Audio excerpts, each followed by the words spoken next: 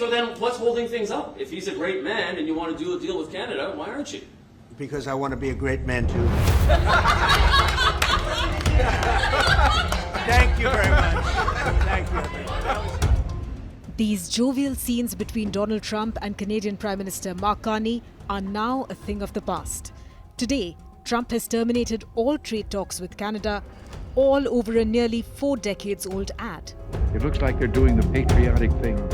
In which former President Ronald Reagan was seen speaking negatively about tariffs. The ad, sponsored by the government of Canada's province of Ontario, quoted Reagan, an icon of US conservatism, as saying tariffs hurt every American. Trump called the ad fraudulent and said tariffs were important for America's economy and national security.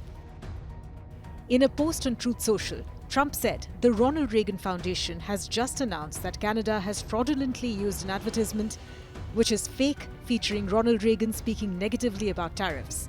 It looks like they're doing the patriotic thing by protecting American products. Ontario Premier Doug Ford announced the ad, saying, "I'm a big Ronald Reagan fan. We're going to repeat that message to every Republican district there is, right across the entire country."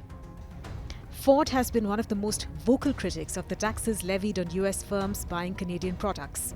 Foreign imports. It looks like they're doing the patriotic thing. In the minute-long ad published last week, Reagan's voice can be heard narrating over images that include the New York Stock Exchange and cranes adorned with both flags of US and Canada.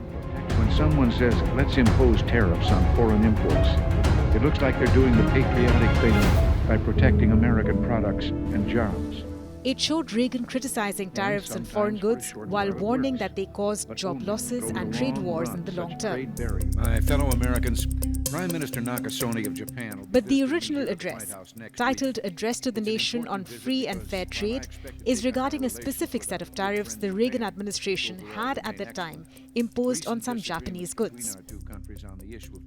You see, at first, when someone says, let's impose tariffs on foreign imports, it looks like they're doing the patriotic thing by protecting American products and jobs. And sometimes for a short while it works, but only for a short time. What eventually occurs is, first, homegrown industries start relying on government protection in the form of high tariffs. They stop competing and stop making the innovative management and technological changes they need to succeed in world markets. The Ronald Reagan Foundation issued a statement saying the ad was using selective audio and video of Reagan and that the foundation was reviewing its legal options. The foundation said, and I quote, "The ad misrepresents the presidential radio address and the government of Ontario did not seek or receive permission to use and edit the remarks."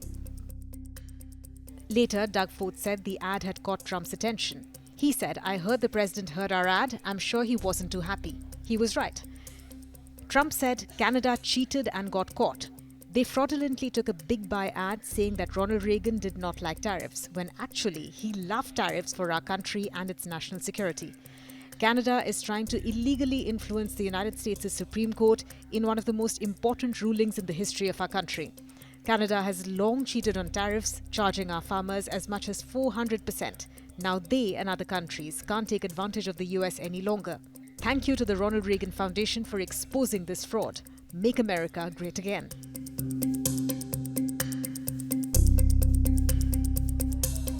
The big twist in relations between the North American neighbors comes just over 2 weeks after Canadian Prime Minister Mark Carney visited Trump in the White House to seek a relaxation of stiff US tariffs.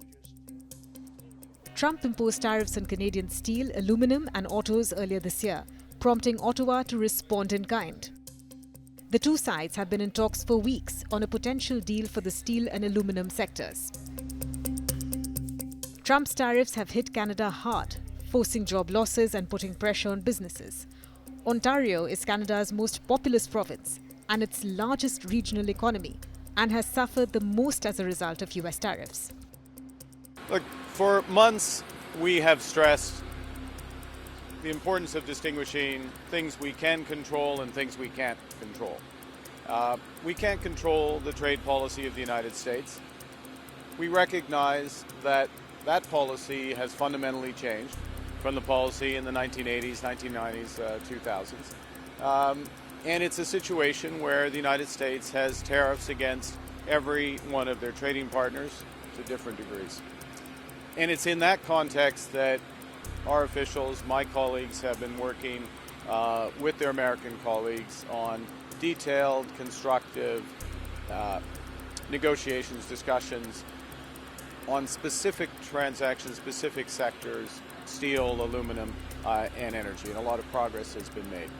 And we stand ready to pick up on that progress and build on that progress when the Americans are ready to have those discussions. It is the second time that Trump has said he's ceasing trade talks with Canada after Ottawa announced it would impose a digital services tax on US technology firms earlier this year.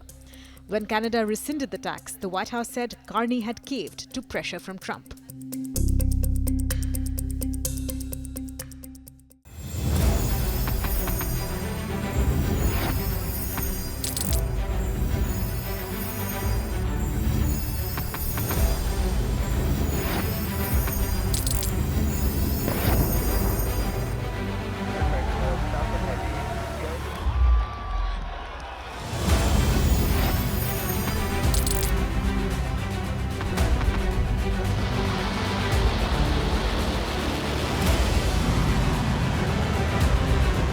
Been fighting so long and so hard that they don't know what the they're doing.